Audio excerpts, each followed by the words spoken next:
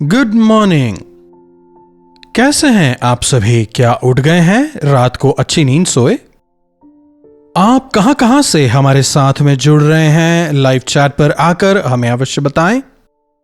Call करके भी आप हमसे बात कर सकते हैं।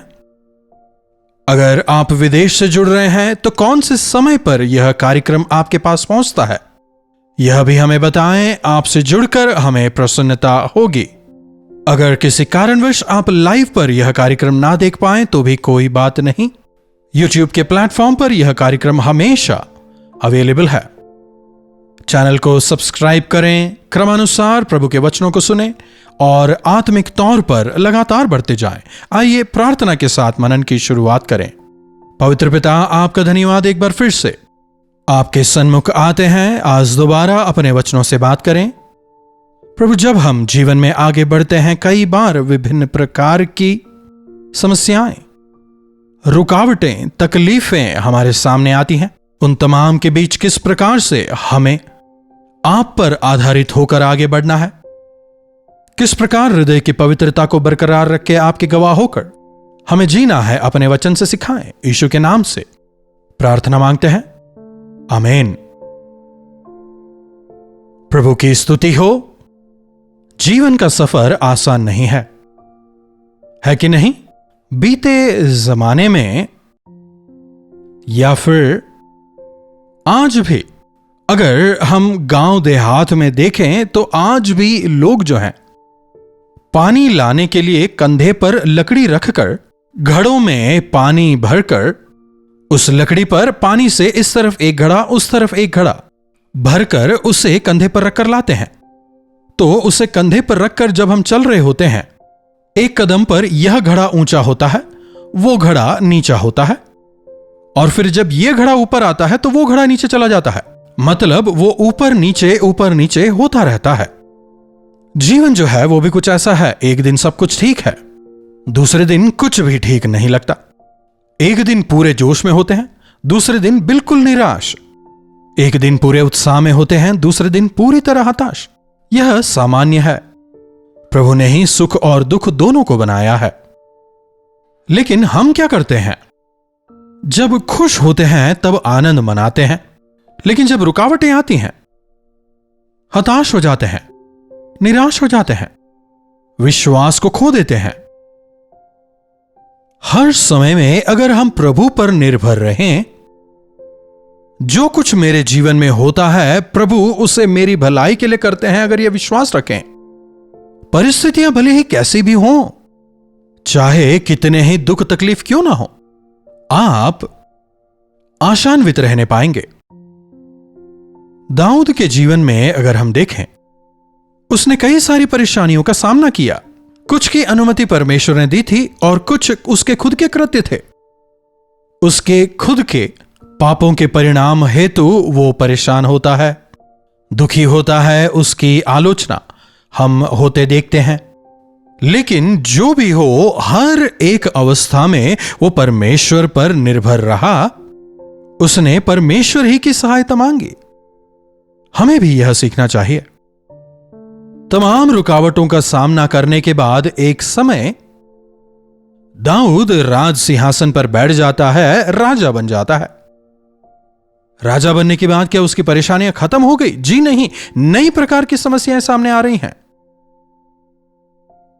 हमारे जीवनों में भी कई बार परमेश्वर की आशीषों को पाने के बाद, जीवन में स्थिर हो जाने के बाद, उन आशीषों को कई बार हम खो देते हैं।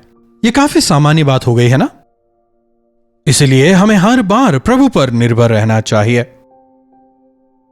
एक समय आता है जहां दाऊद अपने बेटे, जिससे वो सबसे ज्यादा प्रेम करता था, उसके कई अन्य बेटे थे, लेकिन जो उसका सबसे प्रिय था अबशालोम, वो उसके विरोध में खड़ा हो जाता है।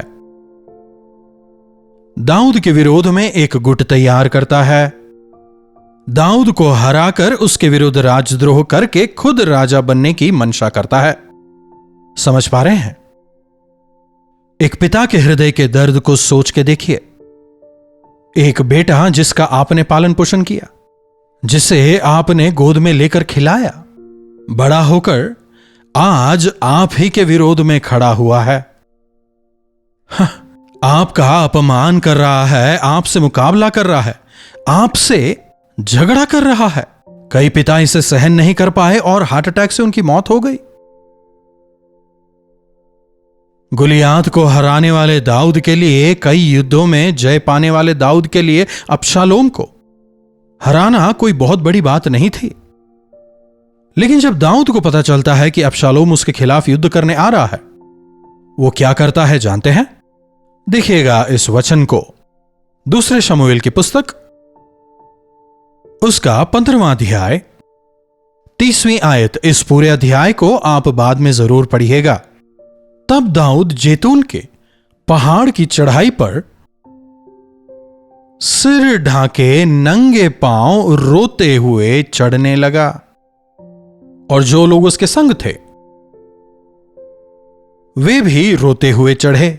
जब अबशालोम दाऊद के विरोध में आता है, दाऊद उससे युद्ध करने नहीं जाता, क्योंकि अगर मैं युद्ध करके अबशालोम को हरा भी दूं तो पिता ने पुत्र को मार डाला, ऐसा इल्जाम लगेगा। अगर उसने मुझे मार दिया तो पुत्र ने पिता को मार दिया, ऐसी बातें बनेंगी। तो इसीलिए ऐसा महान शूरवीर उस दुख को सहन नहीं कर पाता और सिर ढांक कर नंगे पांव बिना चप्पल पहने पीछे के रास्ते से, वो युद्ध नहीं करना चाहता था, इसीलिए पीछे के रास्ते से वो जाता है। साथ वाले जो पूछते हैं क्यों ऐसा कर रहे हो, कहता है नहीं, मैं अपने हाथों से अपने बेटे की हानि नहीं कर सकता, ना ही बेटे पर ही यह दोष लगने दे सकता हूं कि बेटे ने ही पिता की हानि कर दी। इस बेतहाशा दुख को खुद ही सहन करते हुए जा रहा है। जब दुख तकलीफ से होकर आप गुजरते हैं तो आप क्या चाहते हैं? तसल्ली। आपके दुख को समझकर कोई आपसे दो तसल्ली भरी बातें कहे, है ना? लेकिन आज हमारे साथ हो क्या रहा है? जब हमारे सामने कोई परेशानी आती है, तकलीफ आती है, दुख होता है, हमारे दुख तकलीफ को समझकर चार तसल्ली भरी बातें कहने वालों से ज्यादा हमें देखकर आलोचना करने वाले, हमें ही गुनहगार साबित करने वालों की संख्या ज्यादा हो गई है कि नहीं? दाऊद की ख्याति को देखकर कई लोग उससे जलने लगे, यहां तक कि राजा शाऊल भी। शाऊल उसके देश की रक्षा करने वाले दाऊद से अत्यधिक जलने लगता है। दाऊद की बढ़ोतरी देखकर, उसकी आशीषों को देखकर लोग उससे जलने लगते हैं। आज भी तो कुछ ऐसा ही होता है ना, किसी को बढ़ते हुए देखकर लोगों को सहन नहीं होता, किसी ना किसी प्रकार से उनकी बढ़त को रोकना है। कोई आलोचना कर दो, कोई फेक न्यूज फैला दो, गलती से अगर कुछ मुंह से निकल गया, तुरंत दुनिया भर में उसे फैलाने के लिए, सोशल मीडिया पर वायरल करने के लिए लोग तैयार बैठे रहते हैं। जिन्हें लोग ज्यादा नहीं जानते उनके पीछे नहीं भागते हैं। जिन्हें लोग नहीं जानते उनके बारे में अगर कोई कुछ कहे तो सुनेगा भी कौन? लेकिन अगर कोई ऐसा है जिसका नाम है, लोग जिसे जानते हैं, फिर वो परमेश्वर का सेवक ही क्यों ना हो, उनके नाम को खराब करने में इन्हें काफी मजा आता है।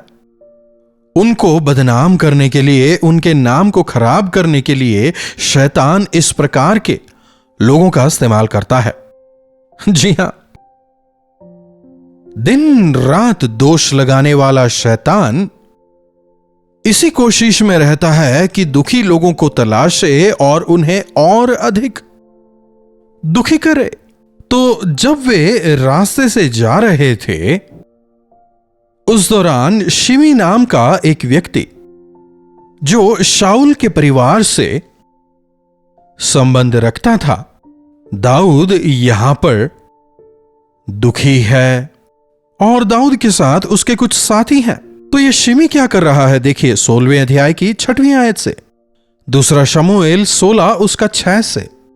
वह दाऊद पर और राजा दाऊद के कर्मचारियों पर पत्थर फेंकने लगा और सब शूरवीरों समेत लोग उसकी दाहिनी और बाईं ओर थे।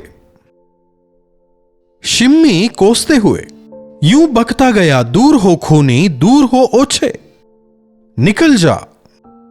यहोवा ने तुझसे शाऊल के पूरे घराने के खून का बदला लिया है, जिसके स्थान पर तू राजा बना है।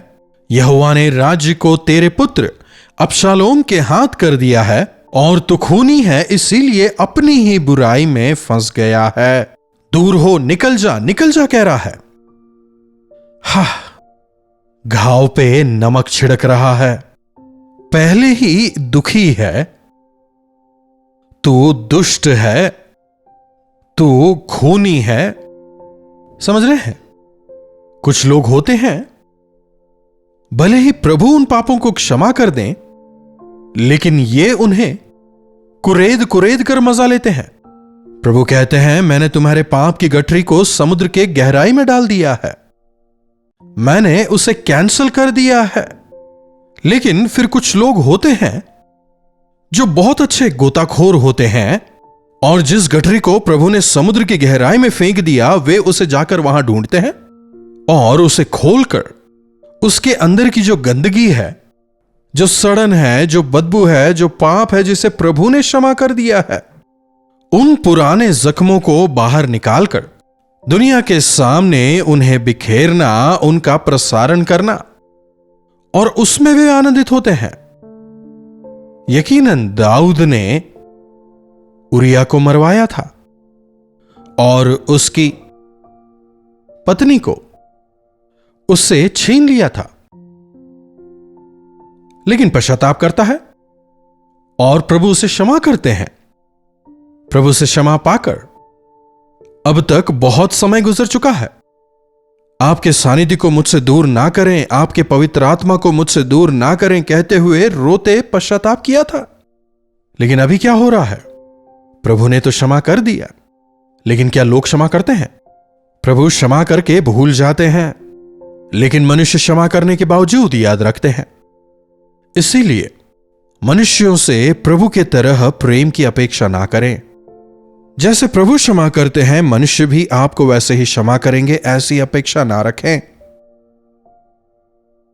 ठीक है, मुझसे पाप हुआ इसीलिए आलोचना हो रही है। मेरे प्रभु ने मुझे क्षमा किया है, मुझे पवित्र किया है, अब मेरा हृदय मेरे प्रभु के सामने ठीक है। दाऊद ने विश्वास किया, इसलिए उन बातों की ओर वो कान नहीं लगाता। भले ही उन बातों से उसे दुख जरूर हुआ होगा, लेकिन किसी भी तरह से वो उन पर क्रोधित नहीं हुआ, किसी भी प्रकार का जवाब उसने उन्हें नहीं दिया। समझ पा रहे हैं आप? हत्यारे, खूनी, निकल जा, जब लोग ऐसा कहेंगे तो कितना दुख होगा। अगर कोई गेट आउट कहे तो अपमानित महसूस करते हैं ना।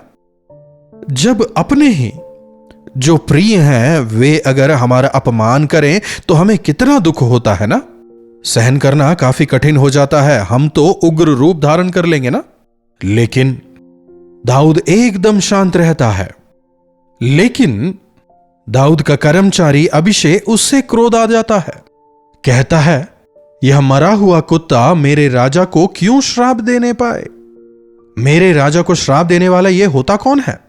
राजा, मुझे तो बस अनुमति दे कि मैं उधर जाऊं और जाकर उसका सर काट डालूं। राजा, तेरा बस हूं करना काफी है, मैं जाऊंगा, जाकर उसका सर काट डालूंगा। कुछ लोग होते हैं ना, हमेशा हाइपर एक्टिव, हमेशा जोश में भरे, है ना। तब राजा क्या कहता है जानते हैं? 10वीं आयत, सरूया के बेटों, मुझे तुमसे क्या काम। वह जो कोसता है, और यहोवा ने जो उसे कहा है कि दाऊद को श्राप दे, तो उससे कौन पूछ सकता है कि तूने ऐसा क्यों किया? परमेश्वर ही ने उसे श्राप देने की अनुमति दी है, इसलिए उसने ऐसा किया। बिना प्रभु की अनुमति के कौन मुझे श्राप दे सकता है?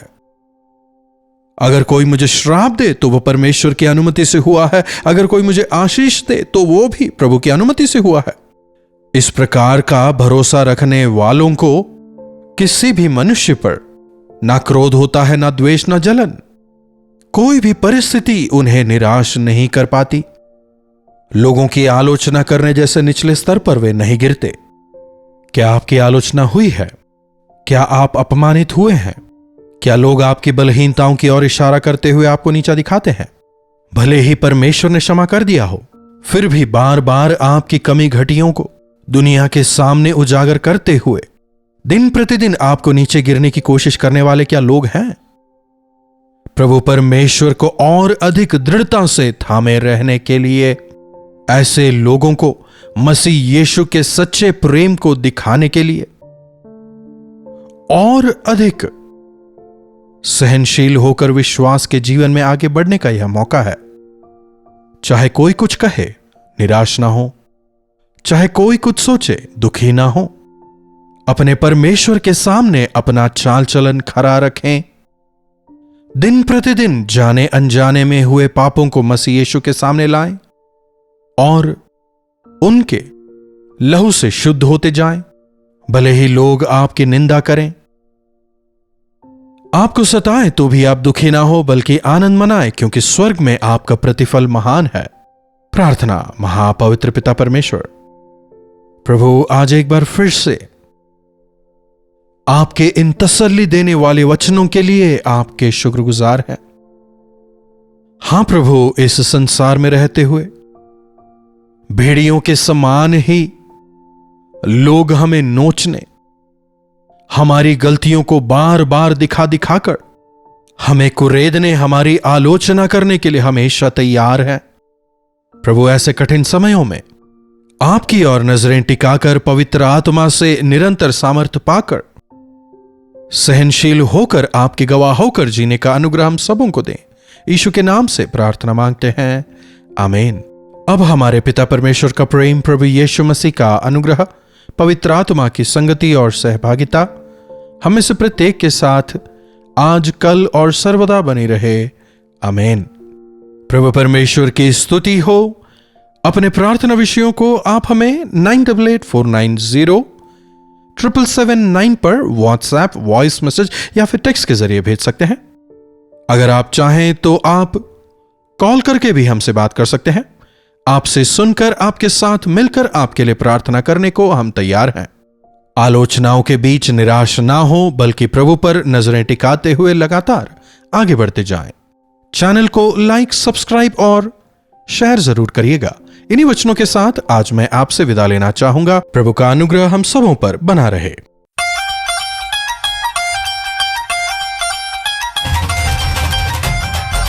हालेलुया।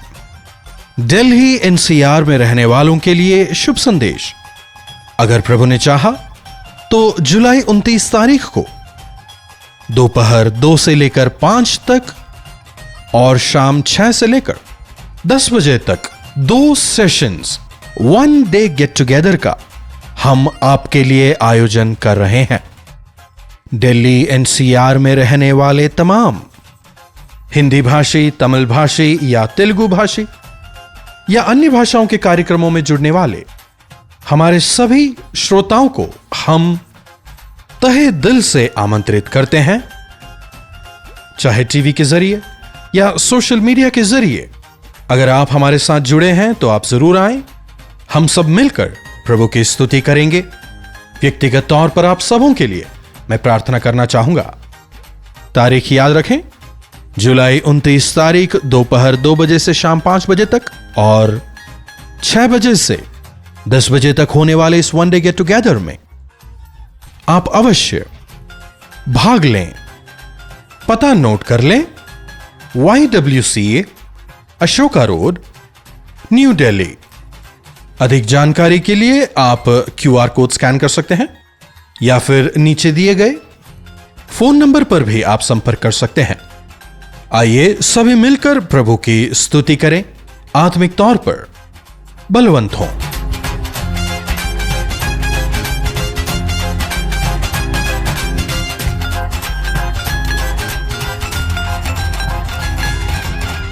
कलवरी दर्शन, ये है प्रेम के दर्शन, यीशु प्रेम के दर्शन।